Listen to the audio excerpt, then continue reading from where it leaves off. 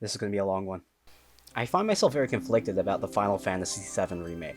The different parts that build up this game vary greatly in quality, so when the game works well, it's really good, but when it doesn't, it's an absolute mess.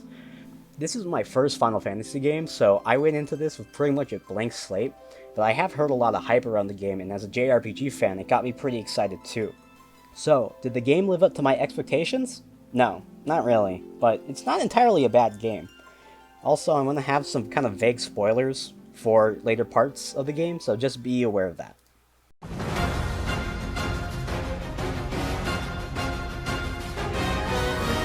I find that the gameplay is easily the best part of this game. Every hit has a weight to it, and each character has a fun and unique playstyle. There's a tangible reason for you want to play Tifa over Cloud or whatever, but each character is still interesting enough to make sure that you don't dread having to play a specific character due to a story situation. Something that I liked quite a bit was how the turn-based combat elements were implemented into the game. So basically, while playing the game, you control a character's position and press square to attack. Not a bad premise, but I can see this becoming super repetitive really easily. To combat this, you charge up a meter passively by performing actions, and once part of the meter is filled, you can use a spell or special technique by consuming 1 meter. Combat isn't perfect though, and definitely has some problems. The biggest one I have is the dumbass targeting system. In combat, you gotta target an enemy that you want to attack, and the problem with this is that the right stick is used to change targets, and to look around with the camera. If you're ever fighting more than one enemy, targeting can be really crappy. It can be difficult to switch targets if both the targeted enemy and enemy you want to target are on screen at the same time. Also, when an enemy runs around and you want to look behind you to see where the enemy is, if you turn your camera too far, you switch targets. It's super annoying and feels like it could have been easily fixed.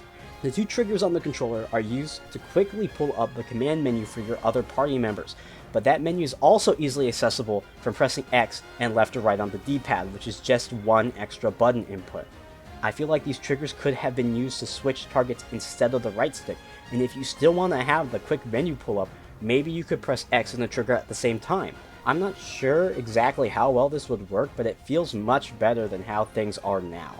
There's also a few other problems with gameplay mechanics. Every time I have to fight a flying enemy, I get an aneurysm, and the AI players are kinda brain dead. At best, these elements were stopping me from enjoying the game as much as I could have, and at worst made me want to stop playing the game entirely. The other thing that isn't really related to combat that made me want to stop playing the game was the stupid amount of padding in this game.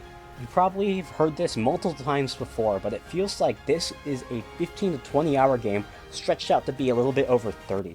There are quite a few pointless minigames that really slow down the pace of the game.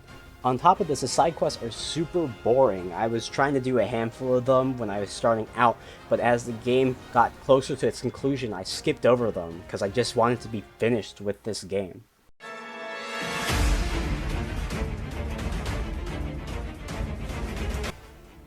Before I get too much into the story itself, I want to talk about the characters in the game, and let me say this is easily one of my favorite things about it. Each character is given their own personality and are easily identifiable. The side characters have some quality banter like Jesse, Biggs, and Wedge, and even if they're not in a large chunk of the game, they were given enough development for me to have grown some kind of attachment to them. And the main characters are absolutely fantastic. This game really gives you the feeling that these could be real people, and as the game progresses, you really get the feeling that these people are friends. Cloud's character arc from being an asshole loner to caring deeply for his newfound comrades is the prime example of this. I particularly like the moment when Aerith and Cloud are walking through the tunnel with all the dumbass hand crane minigames. After like the first few times you move boxes to proceed to the next area, Aerith tries to high-five Cloud, but stops after he's just kind of like, no? Then later on, I think it's the last crane minigame, he tries to high-five Aerith, and we get this awkward but cute moment showing that Cloud really does care about Aerith and really likes being around her. However, the rest of the story doesn't really feel like it's on the same quality level as the character writing. There is so much stuff that just feels out of place, or that's added for padding, and the story itself is not beginner-friendly at all. There are so many things that just destroy the pacing of this game, like the stupid ghost train place. Why is this here? It's so dumb. Just let me get back to the main plot. Why? Why do I have to have the backstory for the dude that guards Corneo's palace? It really bogs down the story, leaving the middle section feeling super bloated. Like, while playing the game, I thought that the beginning dragged on a little bit too long, but it included fun and interesting moments, so in retrospect, I don't mind it too much. but why the hell do I have to fight these dumbass ghosts instead of being able to go back to Sector 7 where all the fun plot stuff is happening? I know I just talked about how the characters were really cool, but this game throws in a bunch of background characters that I assume are from the original game with no explanation at all.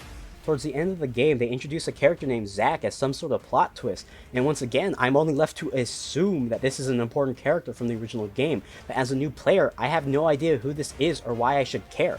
The same thing kind of happens with Sephiroth. I know that he's a character from Final Fantasy, I know he's in this game, but that's about it. They don't tell you anything about this character. He shows up, screws around with Cloud, and gets you to kill the plot dementors that fly around throughout the story. Also, this game concludes in the middle of the story, and a second installment will take off from where this game ends. I think this works for and against the game. It allows the game more time to explore the characters deeply, and really uses the extra time to flesh out a bunch of stuff, but at the same time, it makes the story feel super fractured and terribly paced. Like, it gets to what feels like the end of the first act of the story, then it's like, oh shoot, we need some kind of climactic conclusion, and goes absolutely wild. And looking at this through the lens of a 3-act structure, it feels like the game's story is entirely unfinished. For those who aren't familiar with the 3-act structure, it looks something like this. It consists of an introduction, midpoint, climax, and denouement, and in between these different plot points are rising and falling actions, which serve to escalate and de-escalate the tensions or stakes in a story. My problem with the story in this game is it looks something more along the lines of this.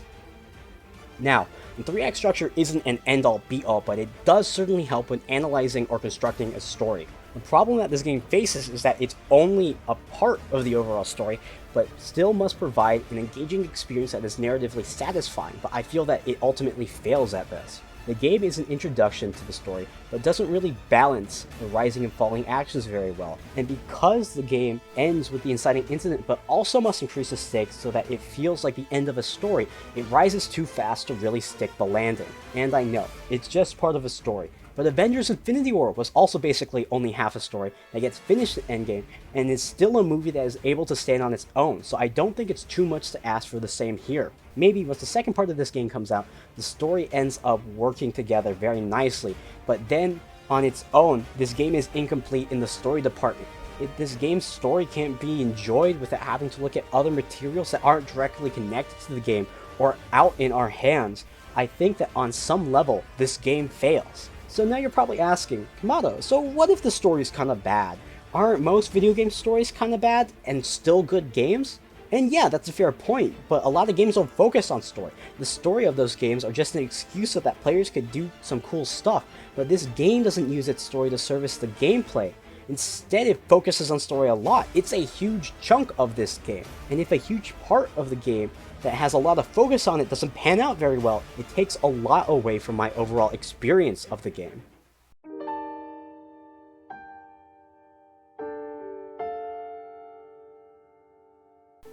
The visuals are the only part of this game that I think are always really good, but I do have a few nitpicks, but I will admit that it's probably just down to personal preference.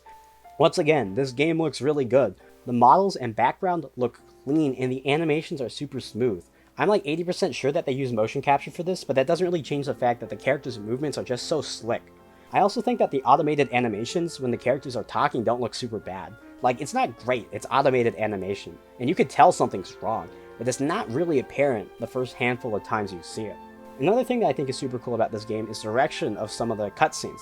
Now, I know it's kind of weird to talk about directing in the context of animation, especially video game animation, but it's still really important, and there's a lot of shots used during cutscenes that I think look really good. Also, I don't really know where to add this into the script, but the music bops in this game. As said earlier, I do have a few nitpicks with the visuals. Some of the shots when the characters are talking have one character look directly into the camera, and I found these to be kind of weird with their framing. They'll center the character in the middle of a close-up shot, but these are pretty infrequent and aren't really a problem. Once again, I just find it a little weird. The other thing I'm not a huge fan of is some of the animations are really exaggerated. Like, there's a lot of exaggeration in animation. It normally really helps sell the movement in terms of believability, but with an art style this realistic, it looks kinda out of place.